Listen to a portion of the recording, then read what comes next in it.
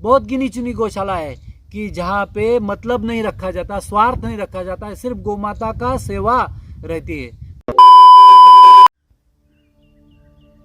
मंदिर शब्द है, हर शब्द का एक अर्थ होता है। मंदिर ये शब्द था, इसका मतलब था जहां मन को धीर मिले, मन को धीर मिले।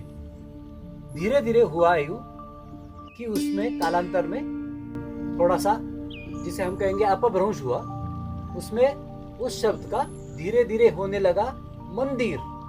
इस तरह से मंदिर ये शब्द बना। मंदिर शब्द का अर्थ ऐसा है जहां मन को धीर मिले। मंदिर, मंदिर।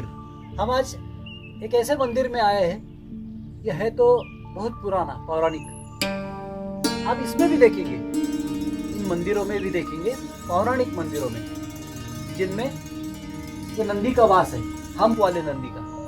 मतलब उस जमाने से या उस जमाने में से नंदी की पूजा मंदिरों में की जाती है। यानी हमको जहाँ हमारे इष्ट देवता है, भगवान है, वहाँ ऐसे ही कोई प्राणी या ऐसे ही कोई फूल, पौधे या फिर पत्ते नहीं आए।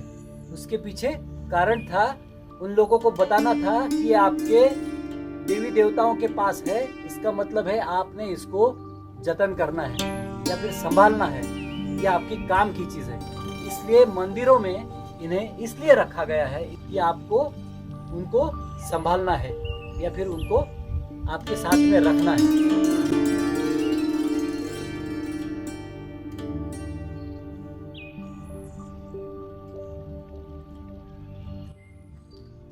नमस्ते दोस्तों, मैं तुषार। क्या सच क्या झूठ, हमारे इस YouTube सफर में आप सबका स्वागत है। हम बात कर रहे हैं एक बहुत ही संवेदनशील विषय पर, क्या गौमाता में भगवान है। दोस्तों, आज की तारीख में गौमाता हमें रखने क्यों है? उसका मूल कारण है दूध के लिए। मूल बेसिक कारण है दूध के लिए हमें हमारे पास गौमाता रखनी। बहुत कम लोग सोचते हैं कि इसमें भगवान है या नहीं है, लेकिन ज़्यादातर लोगों की सोच ये है, परिवार की ज़रूरतें पूरी करने के लिए हमें इसमें से कुछ पैसे मिलेंगे। तो ये जो विषय है दूध, इस विषय पर अब आज हम चर्चा करेंगे। तो आज तक जो भी रिसर्च हो रहे हैं या रिसर्च हुए, उसमें ये बात क्लियर हुई है कि ये जो दूध है, जो एक ग्रेड उसकी ये की है कि ये A2 का दूध है, और दूसरा सेपरेशन उसमें ये है कि ये A1 का दूध है। तो ये A1 और A2 है क्या, इसको हम पहले समझेंगे। शहर में एक माँ अपने बच्चों को दूध पिलाती है, बच्चे को बोलती है बेटा दूध पी ले, ये तेरी सेहत के लिए ठीक है। दूध वाला आता है, दूध दे के जाता है। माँ को पता नहीं होता कि ये दूध गाय का है या भैंस का है या फिर जर्सी गाय का है। उसे इतना ही मालूम है कि इस दूध से मेरे बच्चे का पोषण होगा, उसको ताकत आएगी, हेल्थ मिलेगी, इसलिए वो अपने बच्चों को वो दूध पिलाना चाहती है। लेकिन जिस दिन माँ को पता चलेगा कि ये दूध बच्चे के लिए हानिकारक है या फायदेमंद है, तो उस दिन वो माँ सोच समझकर उस बच्चे को दूध पिलाएगी। ये पॉइंट आपसे कहना क्यों चाह रहे हैं, एक पुस्तक है, बुक का नाम है डेविल इन द मिल्क, दूध में का राक्षस। हमारी जानकारी के अनुसार ये बुक पहले भारत में इसको बैन था, लेकिन अभी वो बुक अमेज़न के थ्रू मिलती है। तो हमारे कहने का मतलब है, अगर ये बुक आपने पढ़ ली तो हमें ऐसा लगता है कि आपके घर में कितना भी महंगा दूध मिले, आप उसमें कॉम्प्रोमाइज़ नहीं करेंगे। तो अगर आसान भाषा में कहेंगे कि A1 दूध जो है वो हमारे लिए हानिकारक है और A2 जो दूध है वो हमारे लिए फ़ायदेमंद है। A1 जो दूध है उसमें ज़्यादातर दूध आता है जर्सी गायों का या फिर फॉरेन कंट्रीज़ की जो भी गाय है उनका दूध आता है। और सीधा कहेंगे तो जिस गाय को हम्प नहीं है उस गाय का दूध आता है A1 कैटेगरी में, और जिस गाय को हम्प है वो दूध आता है A2 कैटेगरी में। तो उसमें ऐसी क्या खास बात है जिसको साइंटिस्ट लोगों ने इसको ज़्यादा सेपरेट किया है?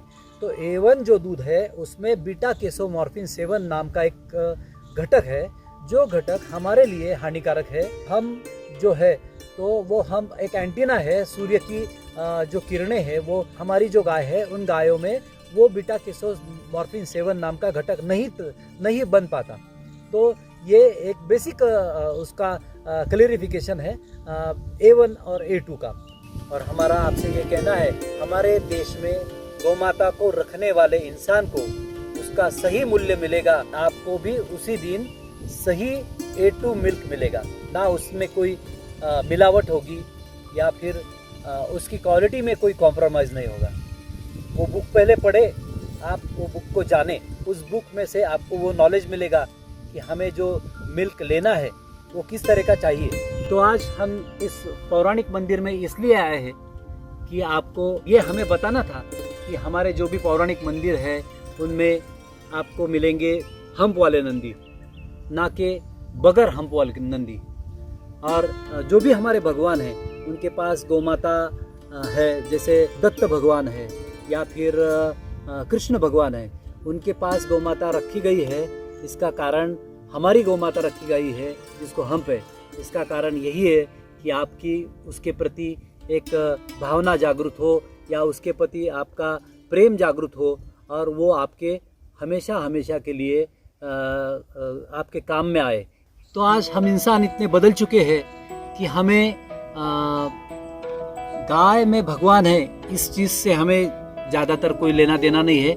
हमें चाहिए गाय में से जो पाई प्रोडक्ट निकल रहा है या उसमें से गाय में से सीधा कहेंगे कि दूध निकल रहा है, उस दूध में से हम छाछ बना रहे हैं, दही बना रहे हैं, मक्खन बना रहे हैं, घी बना रहे हैं, इसमें हमें इंटरेस्ट है, ना कि उसमें भगवान किस लेवल से रखा गया है। हमें सिर्फ चाहिए फ़ायदा, मतलब गौमाता हमको क्या दे रही है, किस लिए दे रही है, कैसे दे रही है, इससे हमें मतलब नहीं है। हमको इसमें से दूध मिल रहा है, अगर वो दूध ज़्यादा मिल रहा है तो फ़ायदे की चीज़ है, अगर कम मिल रहा है नहीं दे रही है तो फ़ायदे की चीज़ नहीं है। मतलब गौ माता में भगवान है या नहीं है इससे हमें आज कोई मतलब रहा नहीं है। तो इतने हम इंसान स्वार्थी हो चुके हैं। बहुत सी ऐसी गौशालाएं हैं जहाँ पे गौशाला नाम दिया जाता है, फिर वो दिखाया जाता है कि हमारे यहाँ पे ऐसी बीमार गाय है या फिर अपंग गाय है या फिर हम उसकी सेवा करते हैं। बहुत सी जगह पे पैसा बटोरा जाता है, चंदा बटोरा जाता है, कहा जाता है।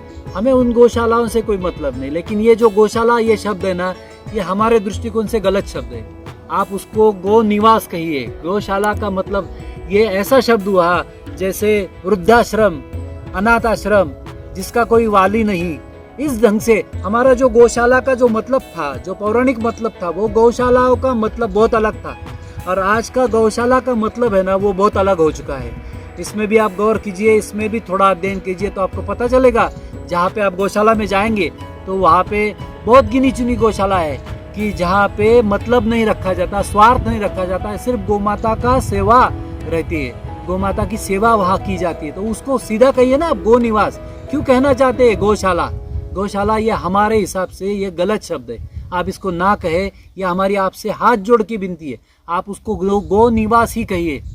धारणा ये होती है कि हम गौशाला में कुछ चंदा देंगे या फिर चारे की गाड़ी भेज देंगे, उससे हमें पुण्य मिलेगा, या फिर हम पुण्य का काम कर रहे हैं, हमको कहीं पे थोड़ा सा सेटिस्फेक्शन मिलता है कि हमने गौशाला में आज चारा डाला, चारा भेजा।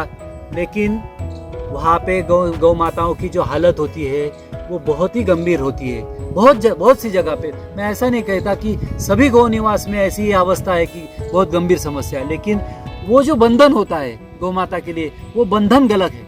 हम चाहते हैं कि गौशाला ना हो, गौ अभयारण्य हो, उसका एक कई किलोमीटर का एक दायरा हो। हमारे पास में बहुत सारी ज़मीनें पड़ी हुई है, बहुत सारे पहाड़ पड़े हुए हैं। उन पहाड़ों पे बहुत सारी जगह ऐसी है कि जहाँ पे गौ माता आराम से चर सकती है, खुला निवास है, उसको भी नहीं लगेगा कि मैं किसी बंधन में हूँ। तो वो गौशाला जो हम कथाकथित कहते हैं गौशाला, वो ना रहेगी, उसका गौ निवास हो जाएगा। ये धरती सब हम इंसानों के लिए नहीं है, सिर्फ वो सब जीवों के लिए है। तो वो गौ माता को लगेगा, ऐसा कहा है ना, सब भूमि गोपाल की, ऐसा कहा गया है ना। तो ये सब भूमि जो है वो गोपाल की है, गौ माता की है, तो उसको उसके घर में रहने दो। क्यों आप उसको बंधन में रखना चाहते हो? वो बंधन में रखेंगे। गौ माता, गौशाला, ये कहीं पे रुकना चाहिए उसको। अगर आपको रखना है तो ठीक है, उसका नाम गौशाला मत रखिए, गो निवास रखिए। ये हमारे गोपालक मित्र है। आपका नाम? शिवाजी यशवंत डगड़े भाई। तो इनके पास ये जो गौ माता है सब डांगी गौमोश है। तो ये शिवाजी भाई के पास अभी कितनी गौ माता है आपके पास? 16-17। अभी इनके पास 16 या 17 के करीब गौवंश है। और ये गौ माता का इस तरह से अभी आप पहाड़ों पे चराने के लिए आप लेके आते हैं।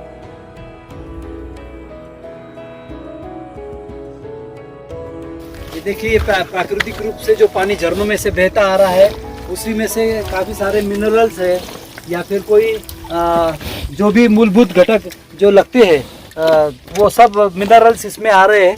और इसमें इसका पोषण बहुत ही अच्छी तरह से हो रहा है। ये गौ माता में औषधि गुणधर्म किस लिए आते हैं? क्योंकि ये पहाड़ों में से बहता हुआ, झरनों में से बहता हुआ जो मिनरल वाला वाटर है वो ये पीती है। और यहाँ पे जो सामने जो पहाड़ पे वो गाय सब गौ माता चर रही है, वो वहाँ पे काफ़ी सारी औषधीय वनस्पति है।